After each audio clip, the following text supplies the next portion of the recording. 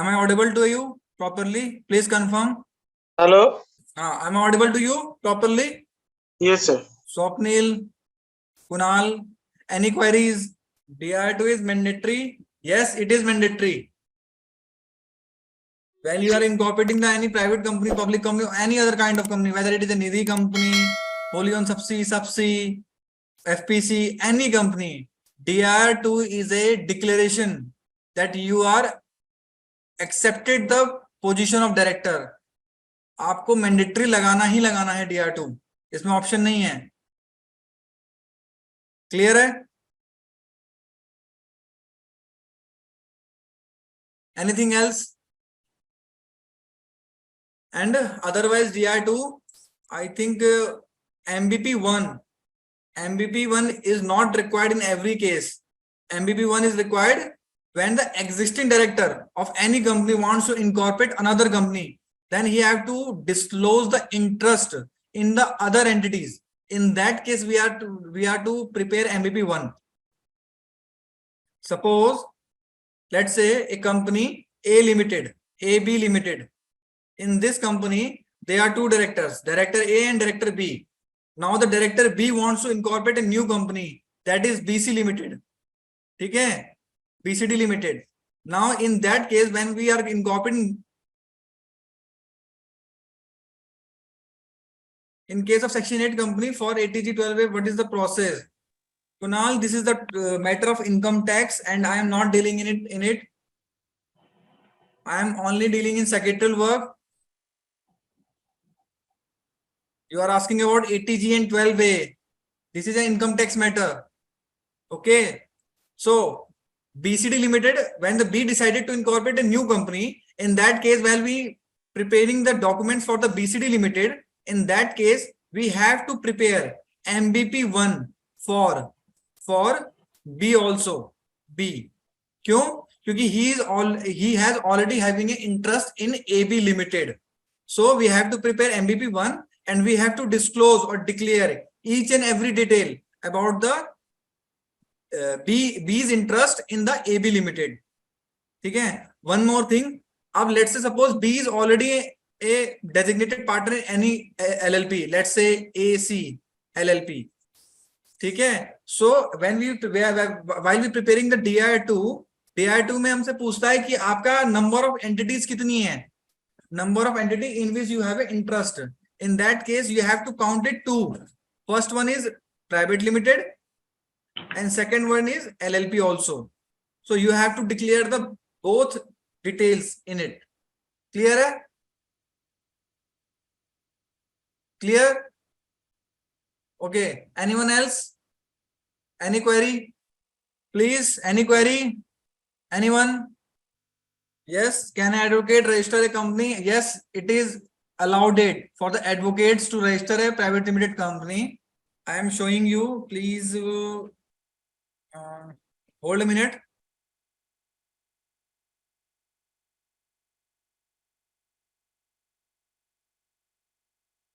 Screen is visible properly?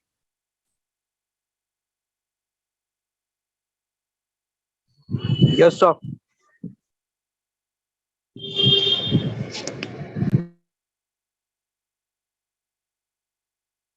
The answer is yes. Advocate can. Are you advocate?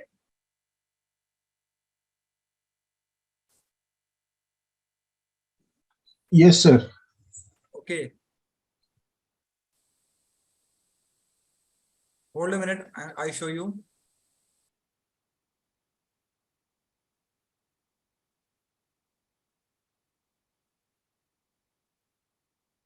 Can you see that? For the certification purpose, there are 4 options. First one is chartered accountant in whole time practice, cost accountant in whole time practice, company secretary in whole time practice, and the last one is advocate. The query is solved now. For a advocate can incorporate a private limited company. Clear? But वो register जब करते हैं, account create करते हैं website पर, तो वहां पे ऑप्शन नहीं है कुछ भी प्रोफेशनल में. अच्छा, for the DSC purpose.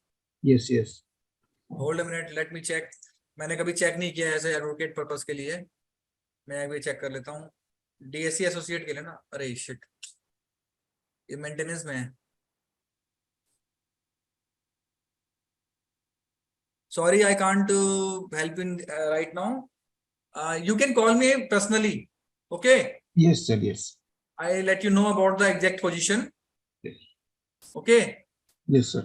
So any other queries? Please इसको मेरे को आप अलग से कॉल करिए, गैस से पूछ लेना, कोई इशू नहीं। अभी मैं पोर्टल अगर लॉगिन होता तो मैं भी आपको बताया था, बट लॉगिन पोर्टल लॉगिन नहीं हो रहा है इस टाइम में।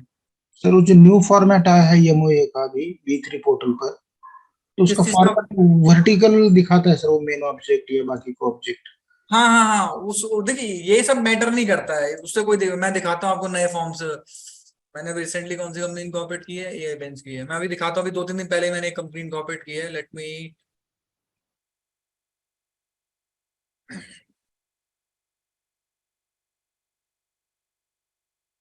आप इसकी बात कर रहे हैं ना, ये जो वर्टिकल है, यही ना? यस हेलो, यस, यही हाँ, यही। इससे कोई दिक्कत नहीं है। चलाऊंगा हाँ, 3 साल से। और मेरा मेन कोर फील्ड जो है वो सिर्फ incorporation of company, spike of LLP incorporation, ठीक है, कंप्लाइंसेस मैटर, ड्राफ्टिंग, ये सब चीजें हैं जो मेनली कोर फील्ड है सीएस का, वो यही होता है। आईटी में मैं डील करता हूँ। आई थिंक एनीवन,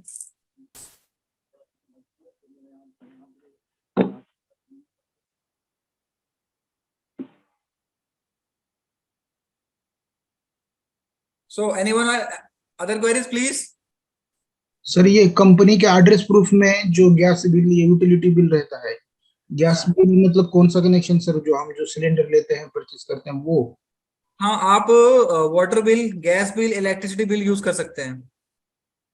जो हम वो वही ना सर, सिलेंडर बिल जो हमारे घर में आता है? नहीं नहीं नहीं, वाटर बिल, गैस बिल आपका जैसे दिल्ली के अंदर इंद्रप्रस्थ का गैस का कनेक्शन होता है। अच्छा अच्छा। तो अब आपके, आप कहाँ से हैं, दिल्ली से, बाहर से हैं? नहीं, मैं महाराष्ट्र से हूँ सर। हाँ, तो दिल्ली के अंदर जैसे यहाँ पे इंद्रप्रस्थ का, इंद्रप्रस्थ करके एक कंपनी है, वो डिस्ट्रीब्यूट करती है, तो उसका बिल लग जाता है। वाटर बिल में आपका दिल्ली जल बोर्ड है यहाँ पे, उसका वाटर बिल लग जाता है। इलेक्ट्रिसिटी बिल यहाँ पे एनडीपीएल है, या फिर बीएसईएस है, 2 है दिल्ली के अंदर, वो लग जाता है।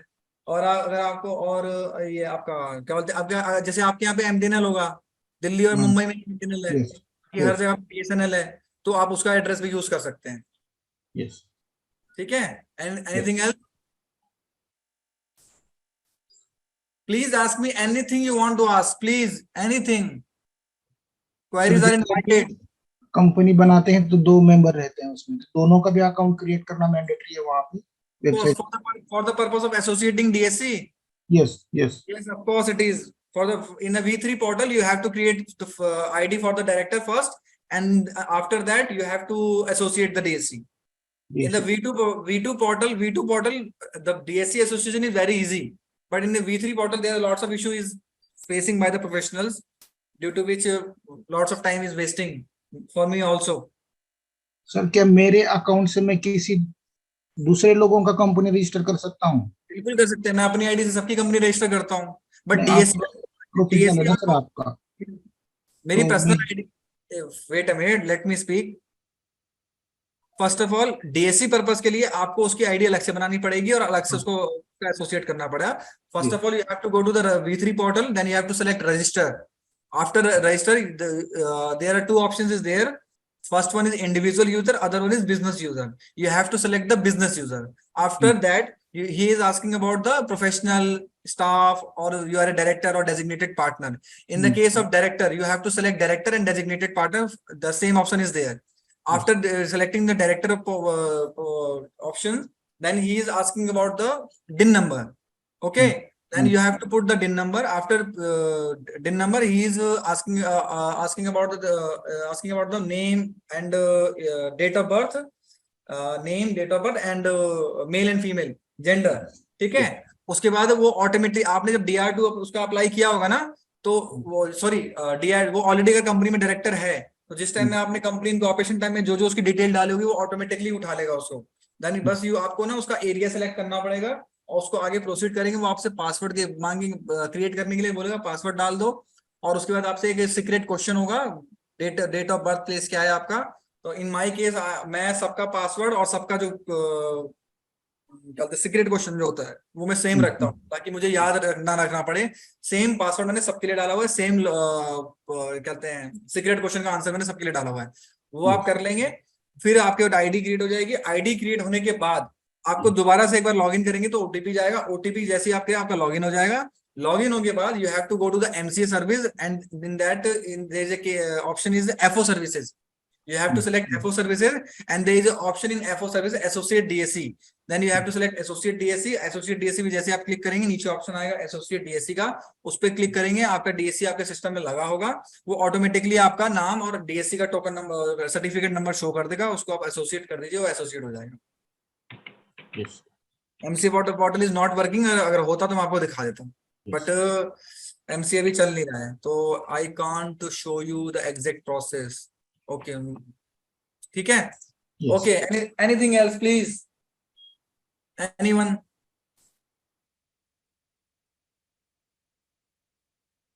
Anyone please? सर जो हम स्टैम्प ड्यूटी पे करते हैं वहां पे जब रजिस्टर होते टाइम पे, इस और पे कभी कभी हम ये रजिस्टर करते टाइम पे, इनकॉर्पोरेट करते टाइम पे, हाँ और कभी कभी कंपनी बनती नहीं है, मतलब रिसबमिशन की वजह से या किसी वजह से वो रिजेक्ट हो जाता है, ठीक है। तो वापस मिलता है सर वो पैसा? नहीं नहीं नहीं नहीं, क्यों वापस क्यों मिलेगा वो मतलब अगर वो नहीं में होता है तो इनकॉर्पोरेट। नहीं नहीं गया, वो आपका चालान गया, वो वापस नहीं होगा। यस। तो वही सर, अगर कोई बड़ी कैपिटल वाली कंपनी रही और नहीं हुआ तो फिर वो लॉस हो जाएगा फिर। मैं कभी भी ऐसा काम नहीं करता ना। हाँ हाँ। मैं क्या करता हूँ, अगर किसी को अपना, जैसे लेट सपोज कि मेरे को एक कंपनी इनकॉर्पोरेट करनी है, उसको अपना कैपिटल 5 करोड़ रखना, हाँ। तो मुझे पता है कि अगर मैं उसकी स्टैम्प ड्यूटी कैलकुलेट करूँ तो इन लैक्स उसकी स्टैम्प ड्यूटी आएगी, और इनकॉर्पोरेशन के टाइम पे हमको 2 ही अटेम्प्ट मिलते हैं। तो yes. My better suggestion is that कि you can incorporate a company with capital of 1 lakh rupees, ठीक है, ऑथराइज कैपिटल ऑफ 1 लाख और 10 lakh of, you can maximum put 15 lakhs, क्योंकि स्टैम्प ड्यूटी सॉरी आरओसी की जो फीस है 15 lakhs तक माफ होती है। तो अगर मैं दिल्ली की बात करूं, दिल्ली में 15 लाख की फीस पे आपकी टोटल जो 10 लाख पे आती है, शायद 900 के आसपास आती है, 1500 पे, 15 लाख पे आती है 1700 के आसपास, ठीक है।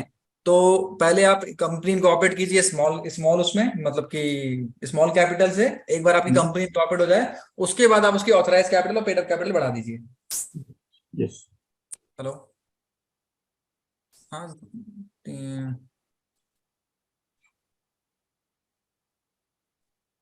Okay, understood. हाँ सर, यस यस आया सर। ये ज्यादा बेटर ऑप्शन है, क्योंकि ये मैं इसलिए आपको बोल रहा हूँ, अभी पीछे मेरी एक फ्रेंड है, उसके पास एक कंपनी इनकॉर्पोरेट होने के लिए आई थी, उसने गलती यही की थी। तो उसने ना टोटल उसका 2.5 लाख का चालान पे हुआ था, और उसका रजिस्ट्रेशन आ गया था, 2 रजिस्ट्रेशन आ गया था, थर्ड रजिस्ट्रेशन फाइल किया था उसने। अगर उसका वो रजिस्ट्रेशन कैंसिल होता तो 2.5 लाख रुपए बर्बाद हो जाते। तो यस इसलिए यस सर। मेरा हमेशा ज्यादा बेटर ऑप्शन ये है आपके लिए कि आप पहले स्मॉल कैपिटल से कंपनी इनकॉर्पोरेट कर लीजिए, और बाद में उसकी ऑथराइज कैपिटल बढ़ा दीजिए। देखिए, पेड अप कैपिटल बढ़ाना is not not a big issue, वो तो बहुत इजी टास्क है। उसके लिए बस आपको प्राइवेट प्लेसमेंट या फिर आप राइट इशू लाकर उसको आराम से पेड अप कैपिटल बढ़ा सकते हैं। ऑथराइज कैपिटल को करना क्या होता है, सिर्फ HS7 फाइल करना होता है। ये टॉपिक मेरा पेंडिंग है, इंक्रीजिंग ऑफ ऑथराइज कैपिटल। ये जैसे मेरे पास अभी एक काम आया हुआ है ऑथराइज कैपिटल का, तो जो पुराना वाला फॉर्मेट था, जो अब जो आया है, उसमें थोड़ा चेंज आ गया है। तो मैं सोच रहा हूँ कि जब वो नया वाला काम मेरा कंप्लीट हो जाएगा, मैं उसके सारे नए ड्राफ्ट्स और नए जो फॉर्म्स बनाऊंगा, क्योंकि पहले क्या होता था, आपकी जो मेमोरेंडम बनता था वो फिजिकल बनता था, अब इन्होंने ऑनलाइन कर दिया है। तो आपका यस। प्रोसेस पूरा चेंज हो गया है, तो वो नया वाला काम मेरा कंप्लीट हो जाएगा ना, तो उसके बाद मैं आपको क्लास में उसकी पूरी अपडेटेड वर्जन जो होगा मैं आपको बता दूंगा। वो इसलिए पेंडिंग पड़ा हुआ है। यस। उसके फॉर्म हम सारे रेडी हैं, मैंने फॉर्म्स एंड ड्राफ्ट्स मैंने साइन करने के लिए भेजे हुए हैं। जैसे वो साइन वैन हो जाएंगे, उसके फॉर्म्स मैं फाइल करके फिर मैं आपको क्लास में बता दूंगा, तो वो भी क्लियर हो जाएगा। एनीवन एल्स, कुछ और पूछना हो प्लीज? क्या हुआ, क्वेरी क्यों नहीं है? अब ये क्या होता है सर, जब कंपनी का काम आता है तो प्रोफेशनल सिग्नेचर का प्रॉब्लम आता है सर उसमें। ओके, क्योंकि you can for this you can call me personally, yes yes yes ठीक है। Yes you can call me personally, what ever the solutions I have I can provide you, ठीक है। Yes. Anything, please, queries are invited. Please ask me. Anyone else?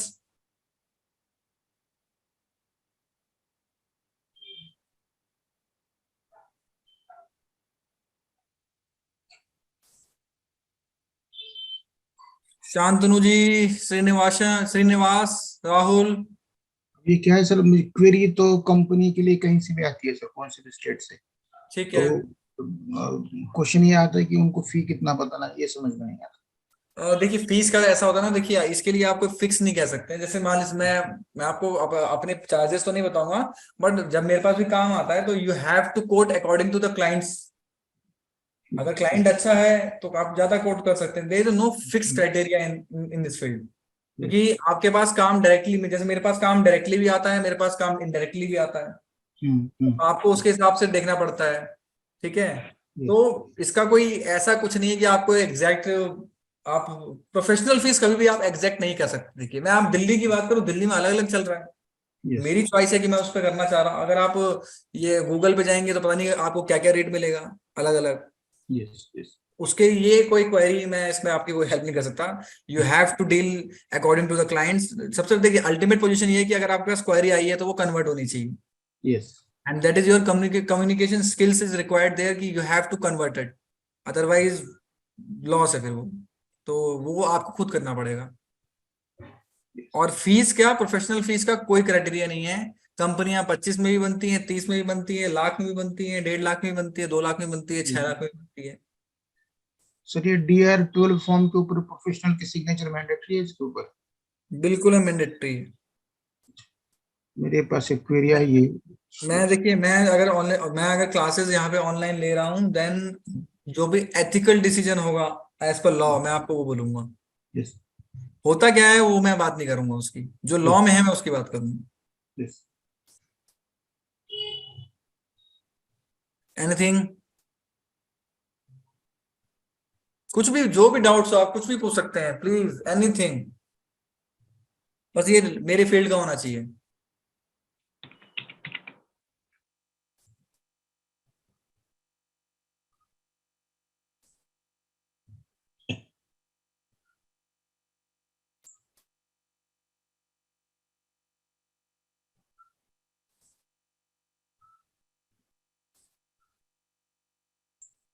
Sir जब हम out of state का अगर किसी client का काम लेते हैं तो ऑफिस तो हम देखते नहीं है, या फिर उसने कंसेंट ली है नहीं ली है? Please call me personally for that. ऐसा अच्छा। हेलो।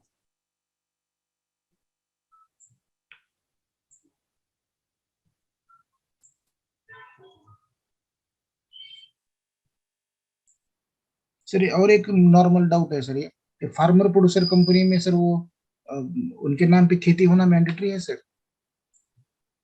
एक बार रिपीट करना प्लीज।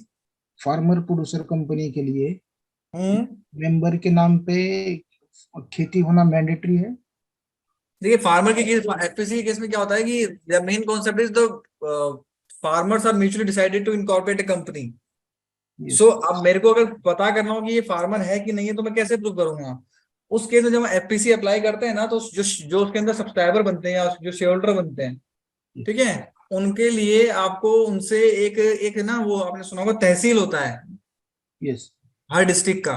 तो वहां उनकी जमीन होगी, तो जहां उनकी जमीन होगी उस एरिया का जो तहसील होता है ना, वहां से उनको एक सर्टिफिकेट इशू करवाना पड़ता है कि yes I have own this property, sorry this farm land for that is used for the purpose of farming, और I am the owner, and this certificate is issued for the declaration that he is a farmer.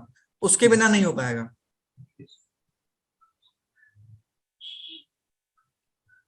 क्योंकि कभी कभी उनके father के नाम पे खेती होती है, नहीं उनके नहीं नाम पे काम नहीं, होता है। यानी in that case the father have to transfer the property, whatever the portion he wants to transfer to the person, to the son, and the son then after that can apply for the tehsil for the certificate of the farmer. Clear? Yes Okay, anything? Sir जब हम company incorporate करते हैं ना sir, तो वहां पे तो बोलते हैं सर वो PF कंप्लायंस मैंडेटरी नहीं है, लेकिन मेरे बहुत सारे क्लाइंट को नोटिस आया है सर ये PF का, EPF का। देखिए अभी पीछे दिसंबर में एक अमेंडमेंट आया था इसका एम्प्लॉय स्टेट इंश्योरेंस ESIC का। यस उसमें उन्होंने एक डिक्लेरेशन डाला था कि while we are incorporating a private limited company and whatever the company, in that case agile pro form is compulsory now, and yes automatically provident fund and ESIC is applied, and you get the username and password for that, for the same. अब ना the question is that कि normally company incorporate होने के बाद कोई इसकी compliances नहीं करता था, कोई पूरी इंफॉर्मेशन नहीं देता था। तो दिसंबर में ESIC का एक अमेंडमेंट आया था कि अब से कोई भी अगर कंपनी इनकॉर्पोरेट होगी तो जो उसका ESIC का जो यूजर नेम और पासवर्ड जो नंबर होगा वो उसको अलॉट हो जाएगा, and that remains dormant. Dormant means अभी फिलहाल अभी के लिए वो आप पे एप्लीकेबल नहीं है, लेकिन आपको हर 6 महीने पे अपनी डिक्लेरेशन देनी है उसको। जैसे मान लीजिए मैंने अभी जनवरी में कंपनी इनकॉर्पोरेट कर ली, मेरे को ESIC नंबर मिल गया, सब कुछ मिल गया, ठीक है। अब जनवरी से मान लो जून तक का टाइम निकल गया, जून में मुझे दोबारा जाके ESIC का लॉगिन करके वहां पे एक डिक्लेरेशन देना पड़ेगा कि मेरे अभी एम्प्लॉइज 10 से ऊपर नहीं हुए हैं। That is why I am not required to comply any provision of the employ state insurance corporation, जो भी उसका एक्ट है, ठीक है। And I have to extend the dormant position for the further 6 months, ठीक है। अगर आपने उस डोरमेंट पोजीशन को क्लेम नहीं किया, then the ESIC is automatically applicable to you. So now from December you have to claim dormant position for every company in every 6 months, otherwise the provision of ESIC is applicable and you have to file the return every month. Clear? Yes. And there is no such thing in provident fund. When you incorporating a private limited company or any other company, you get the username and password and the number, whatever, what is the number? I think लिन number बोलते हैं मेरे ख्याल से, labour ऐसे कुछ बोलते हैं, मुझे नाम नहीं याद आ रहा, ठीक है। Labour identification number. हाँ ऐसे कुछ होता है उसका, मुझे हाँ ऐसे कुछ होता है, तो वो नंबर आपको मिल जाएगा। बट आपको प्रोविजन तभी से फॉलो करने हैं जब आपके एम्प्लॉइज 20 से ऊपर हो जाएं। इन केस ऑफ ESIC आपको 10 से नीचे नहीं होना चाहिए, 10 के बाद ही आप उसको करेंगे। प्रोविडेंट फंड में 20 का लिमिट है। सर अगर वो डोरमेंट स्टेटस एक्टिव नहीं करते हैं तो वो ऑटोमेटिकली एक्टिव हो जाएगा। In that case you have to file return for the ESIC in every month. Sir इसके कंपनी जैसा कुछ पेनल्टी है सर उसमें पर डे जैसे इसमें? बिल्कुल इंटरेस्ट लगता है। You have to prepare, sorry you have to file the return 15th of every month. क्योंकि अभी क्लाइंट उसके पास कोई एम्प्लॉय नहीं है कंपनी के पास। हाँ तो ये ESIC का अमेंडमेंट जो अभी दिसंबर में आया था, तो आपको डोरमेंट पोजीशन हर 6 महीने पे क्लेम करना पड़ेगा, अदरवाइज वो आपका हमेशा के लिए एक्टिव हो जाएगा, तो वो आपको करना पड़ेगा।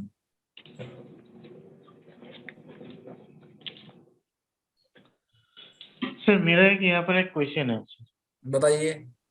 सर। अगर कोई कंपनी मतलब नया इनकॉर्पोरेशन होता है, ठीक है, तो उसका कोई अगर एम्प्लॉय अभी नहीं है, उसके मतलब इनकॉर्पोरेशन के MCA पोर्टल में इनकॉर्पोरेशन के टाइम क्या PF ESI दोनों एक साथ ही मतलब एप्लीकेशन मतलब रजिस्ट्रेशन हो जाएगा क्या? हाँ देखिए, आपको नंबर मिल जाएगा, दैट डजंट मीन कि वो आप पे एप्लीकेबल है कि आपको रिटर्न फाइल करनी पड़ेगी उसकी। वो इसलिए कर दिया है कि एक single, the government wants a single window clearance. देखिए होता क्या है, मेरे को जैसे मान लो कंपनी इनकॉर्पोरेट करनी है, पहले क्या होता था, पहले आप कंपनी इनकॉर्पोरेट करो, ठीक है सर, फिर पैन नंबर अप्लाई करो, ठीक है सर, फिर 10 नंबर अप्लाई करो, ठीक है, फिर GST अप्लाई करो, ठीक है, फिर ESIC अप्लाई करो, फिर प्रोविडेंट फंड अप्लाई करो। तो ये आपके टोटल कितने हो गए, 7 या 8 हो गए। एक ही अब रजिस्ट्रेशन में ही मान लो अलग अलग लोग क्या कहते हैं, अलग अलग प्रोफेशनल फीस, तो that is very difficult for the corporates to deal with it. क्योंकि प्रोफेशनल आपको अगर देखिए, मैं अगर काम करूंगा तो मैं पैसा लूंगा ना। तो governments want the single window clearance, that is why every registration that required. अभी जो नया पोर्टल आया अजाइल प्रो में, उसमें जो आपका होता है establishment shop and establishment act, हाँ वो भी आ गया है उसके अंदर। If you need the registration of shop and establishment act, then you can also apply for that in a same form, Agile Pro. But most of the cases जो मैंने किए हैं अब तक, अभी तक मेरे को किसी ने बोला नहीं है कि मुझे चाहिए। that is why I am always selecting no. और वन मोर थिंग, अगर आपने वहां पे नो कर दिया और कल को आपकी कंपनी इनकॉर्पोरेट हो गई और कल को आप बाद में गए कि मुझे चाहिए रजिस्ट्रेशन, तो वहां पे साफ साफ डिक्लेरेशन आती है कि once you click on the no और selected the no, then after that you can't make an application for the registration purpose. वो साफ डिक्लेरेशन देता है। तो द पर्पस इज द ये सारे फॉर्म का कि ये सब आपको सिंगल विंडो। अब मैं एग्जांपल, पहले जब हम LLP इनकॉर्पोरेट करते थे, ये मैं कह रहा हूँ आपको, लास्ट ईयर की बात है मेरे ख्याल से, अगस्त या जुलाई तक, जुलाई से पहले पहले अगर आपने एलएलपी इनकॉर्पोरेट की है तो सिर्फ आपको एलएलपी इन नंबर मिलता था। ये आपको हाँ 10 पेन नंबर अलग से अप्लाई करना पड़ता था। हाँ। लेकिन अब जो एलएलपी इनकॉर्पोरेट हो रही है उसमें आपका साथ के साथ 10 नंबर और पेन नंबर आ रहा है। तो गवर्नमेंट ने क्यों किया कि पहले क्या था, पहले एलएलपी इनकॉर्पोरेट करो फिर पेन नंबर अप्लाई करो, पेन नंबर अप्लाई करने में फिर 7 दिन वेट करो, तो दिक्कत थी ना। तो कंपनी के केस में इन लोगों ने 3-4 साल पहले ही चालू कर दिया था पेन एंड 10 का कॉन्सेप्ट। अब एलएलपी भी आ गया, तो अब अगर आप एलएलपी इनकॉर्पोरेट करते हो तो आप सिंपल पेन और पेन आपको हैंड टू हैंड मिल जाता है।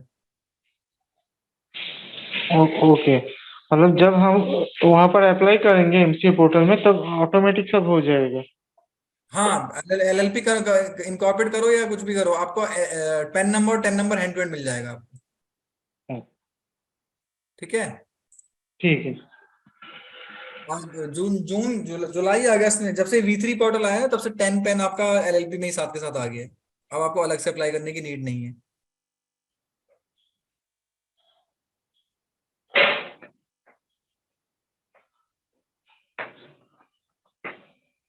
और बताइए।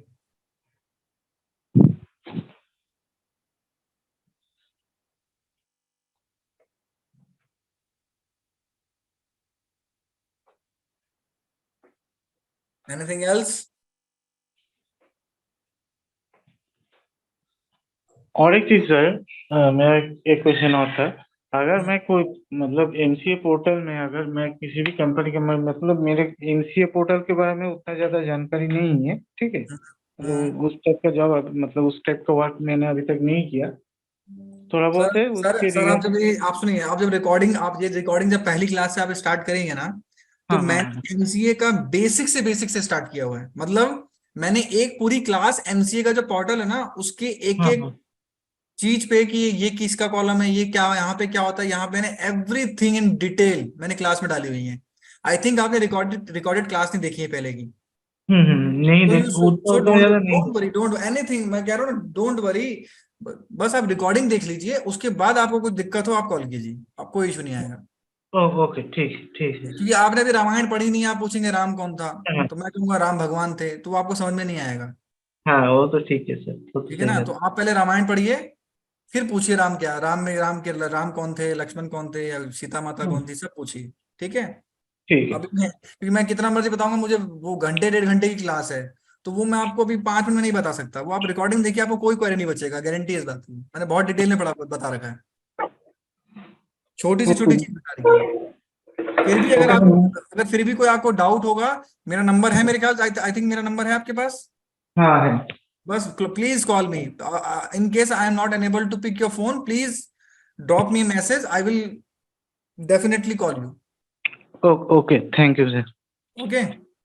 मैं ये ओके, एक थैंक साथ यू बोल सर। के चल रहा हूँ कि देखिए हमारा मैं क्लासेस ये खत्म होने वाली हैं, दैट डजंट मीन कि मैं आपके लिए क्वेरी सेशंस बीच बीच में होते रहेंगे, ये कोई लास्ट क्वेरी सेशन नहीं है, इसके बाद भी होंगे। ये मत सोचिए कि अगर आज के आपके मैं बीच बीच में क्वेरी सेशंस लेता रहूंगा।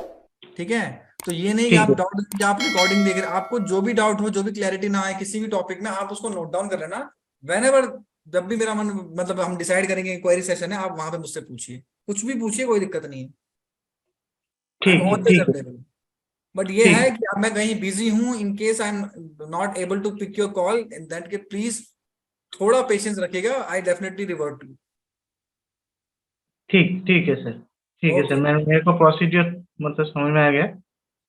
मैं एक बार देख लूंगा वो For class. the administrative purpose, then you are not able to see your video classes, you are not unable to download your drafts, whatever the drafts you needed, that I have already said on the classes. Every draft जो भी मैंने classes पढ़ाई हैं, everything is available to Manoj sir and Megha madam. In case any draft you needed, please call Manoj sir and Megha madam.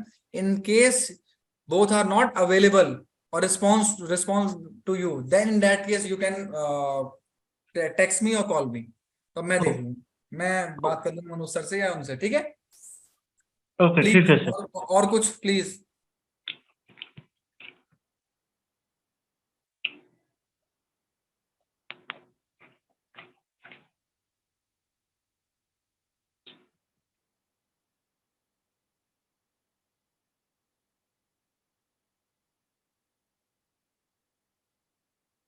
Sir अभी मैं leave हो जा रहा हूँ, ठीक है सर। मैं देख के बाद में कॉल मतलब क्वेरी करूंगा। ठीक है, ओके। आई थिंक शांतनु आप बोले ना?